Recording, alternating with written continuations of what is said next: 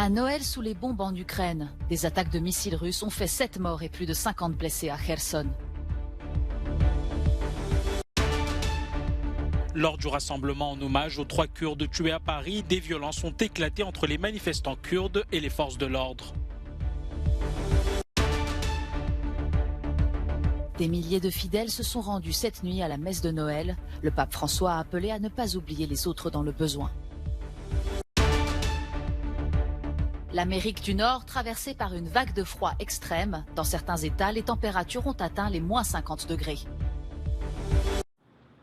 Le président ukrainien Volodymyr Zelensky a dénoncé samedi la terreur russe après que les bombardements de la veille de Noël ont fait au moins 7 morts et 58 blessés dans la ville de Kherson, que les forces de Kiev ont repris en novembre. 10 mois après le début de la guerre en Ukraine, des obus ont plu autour d'un marché animé dans Kherson, la ville portuaire du sud, et déclenché un incendie. Malgré le retrait des Russes de la ville, Kherson reste sous menace constante. Le président ukrainien a néanmoins appelé à l'unité lors de son discours au peuple ukrainien la veille de Noël. Zelensky a admis que les vacances auraient un goût amer au milieu de la guerre en cours avec la Russie et pour les absents de la table du dîner. Mais où que nous soyons, nous serons ensemble aujourd'hui, a déclaré Volodymyr Zelensky lors de son discours. Et ensemble, nous regarderons le ciel ce soir. Et ensemble, nous nous souviendrons du matin du 24 février. Nous nous souviendrons du chemin parcouru.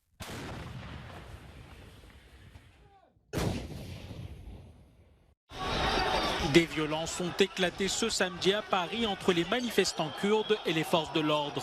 Des centaines de personnes s'étaient rassemblées pour rendre hommage aux 3 Kurdes tués la veille lors d'une fusillade près d'un centre culturel kurde. Plusieurs manifestants dénoncent une injustice et un acte politique. Du moment où il se passe ça sur le territoire français, surtout avec une personne qui est connue, qui a un casier, qui est sortie de prison depuis 10 jours, qui est sous contrôle, comment cette personne peut être armée avec autant de munitions, se balader dans Paris et bizarrement attaquer seulement les Kurdes. Le suspect de nationalité française a indiqué lors de son interpellation avoir agi parce qu'il était raciste.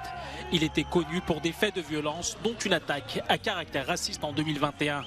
La piste d'un attentat terroriste a été écartée, suscitant l'incompréhension et la colère de la communauté kurde de France. Une messe de Noël tournée vers les plus fragiles. Dans la splendeur de la basilique Saint-Pierre de Rome, le pape François a présidé la messe de minuit avec plus de 7000 fidèles, dont des touristes et des pèlerins, qui ont pris place derrière les pontifes en robe blanche. Il s'agit de la première messe sans les restrictions liées au Covid-19. Pendant son discours, le pape François a notamment encouragé les fidèles à ne pas laisser ce Noël sans faire quelque chose de bon, en réprimandant le consumérisme et rappeler la condition pauvre du Christ. À Bethléem, en Cisjordanie, le tourisme est aussi revenu après 2 années de pandémie. Sapin de Noël, selfie à l'entrée de l'église de la Nativité et ballons colorés, la ville, considérée comme le lieu de naissance du Christ, a pris un air de fête.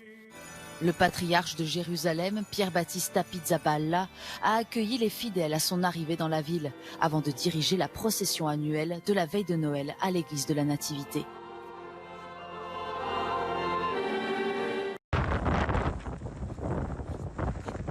Les fêtes de fin d'année s'annoncent dramatiques pour des millions d'Américains. Une vague de froid sans précédent plonge la majorité du pays dans des froids records. Plus de 8000 vols annulés, 1,5 million de personnes privées d'électricité, des inondations catastrophiques. À Buffalo, dans l'ouest du pays, les températures ont atteint les moins 48 degrés. La ville entière est paralysée. À Cleveland, dans l'Ohio, 4 personnes sont ainsi mortes dans des accidents liés à la tempête. Plusieurs États ont déclaré l'état d'urgence. D'autres, comme le Colorado ou l'Illinois, ont ouvert des refuges pour accueillir les personnes dans le besoin afin de les protéger des risques d'hypothermie. En raison des températures très basses, la pression sur le réseau électrique américain est par ailleurs extrêmement forte. Certaines villes, notamment en Caroline du Nord, ont dû couper temporairement le courant à cause de la forte demande électrique, laissant plus de 500 000 foyers sans chauffage.